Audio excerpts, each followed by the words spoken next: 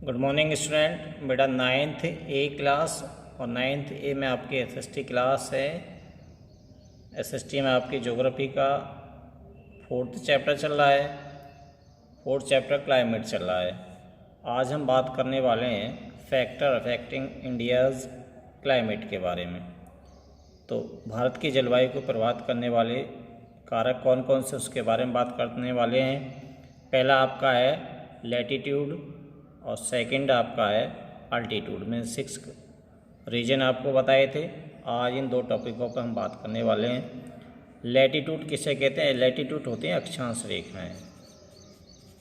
अक्षांश रेखा जो होती हैं, अक्षांश रेखाएं कौन सी होती हैं? मान लीजिए ये हमारा ग्लोब है, ये वाला ग्लोब। ग्लोब पे ये तो हमारी इक्वेटर होगी।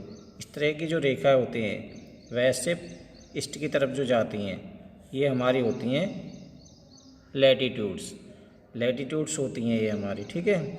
इन्हें लेटी हुई रेखा भी बोलते हैं। लेटी हुई रेखाएं भी इन्हें बोला जाता है। तो ये किस तरह से हमारे इंडिया की क्लाइमेट को कंट्रोल करती हैं, प्रभावित करते हैं, उसके बारे में बात करते हैं।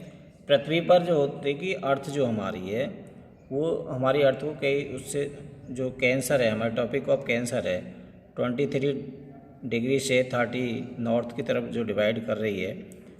टॉपिक ऑफ कैंसर हमारे मध्य से होकर जाती है, भारत के मध्य से होकर के निकलती है।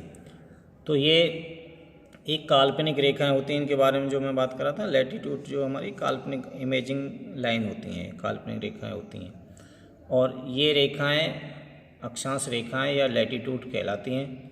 हमारी जो अर्थ है वो कर्वेचर है। कर्वेचर मीन्स होता है अंडाकार है, जिसके कारण क्या होता है, इक्वेटर जो होती है हमारे, जैसे बीच में इक्वेटर है ना, ये इसे भूमध्य रेखा बोलते हैं हिंदी में। तो ये 0 डिग्री पे होती है। 0 डिग्री पे मान लीजिए इधर सन है हमारा, तो इधर मान लीजिए सन बना देते हैं। इधर की जो सन रेज हैं वो सीधी डायरेक्ट इस पर इक्वेटर पर टकराती हैं। और जब यहाँ टकराती हैं जा कर के तो यहाँ पर टेम्परेचर ज़्यादा होता है, इधर वो तिरछी जाती हैं तो वहाँ पर टेम्परेचर कम होता है। तो यहाँ की जो हवाएँ हैं वो टेम्परेचर ज़्यादा मिलने के कारण वो क्या हो जाती हैं, ऊपर उठ जाती हैं। और ऊपर उठ के इस तरह से इधर को मुड़ जाती हैं वो, जहाँ टेम्परेचर कम होता है। यानी कि नॉर्थ में टेम्परेचर या साउथ में कम होता है तो इसलिए उधर को मुड़ जाती हैं वो, ठीक है। तो इस तरह से हमारी जो है ये लैटीट्यूड्स जो है हमारी टेम्परेचर को या इंडिया क्लाइमेट को प्रभावित करती हैं। अल्टीट्यूड की बात करते हैं। अल्टीट्यूड क्या होता है? अल्टीट्यूड होता है उच्चावच यानी कि ऊंचाई, ठीक है ना। उच्चावच क्या होता है इसके बारे में बात करते हैं। ये ऊंचाई क्या होती है?